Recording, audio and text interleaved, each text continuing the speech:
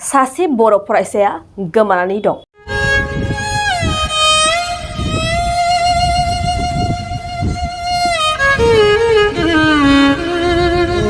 नैजिनै सान बारलांनायनि उनावबो दिनैसिम जेबो खौरां गैया।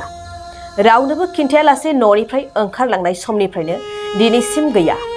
फिसानि जेबो खौरां मोनैखौ लानानै बिमाजों लोगोसे नखराव सोमजिदों गोबां दुखुनांथाव थासारि। गोमानाय फरायसानि मुङानो जाबाय उइलियाम दैमारि, उदालगुरि जिल्ला रौता सारियालि 2 नं धनश्रीकुटी गामिनि थागिबि। सावगारियाव नुनाय नैबे गथ'आनो उइलियाम दैमारि। मिन्थिनाय बादिब्ला 7 मे खालारखालि फुंनि 10:50सोआव रावनोबो खिन्थायालासे न'निफ्राय ओंखारलांनाय समनिफ्रायनो दिनैसिम उइलियाम दैमारिनि जेबो खौरां गैया। बेनिखायनो सोरबाफोर बहाबा नुयोब्ला बे समाव 9365429858 जानबुं अनजिमायाव मिथिहरनो खावलायदों नखरनि सुबुङा। थाखो 10आव मुं थिसननो हांखुर जानाय फरायसाफोरनि थाखाय मोनसे गोनां फोसावथाय। रौता नर्थ इस्ट पाब्लिक फरायसालिया नोंथांमोननो मोनसे गोजोनथाव खौरां लाबोदों। CBSE जों गनायथि मोननाय रौतानि मुंदांखा नर्थ इस्ट पाब्लिक स्कुलाव दायो थाखो 10नि मुं थिसननाया सोलिगासिनो।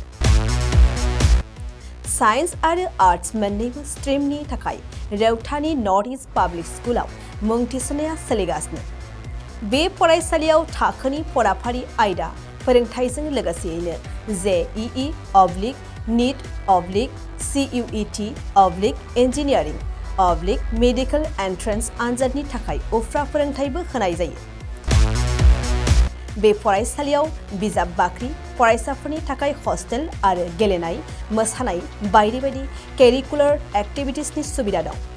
गोसो गुदुं फरायसाफोरा दिनैनो दानो नैबे मबाइल नम्बर 8638605769 नङाब्ला 9435184298 आव थोंजों सुलाद लानो हागोन।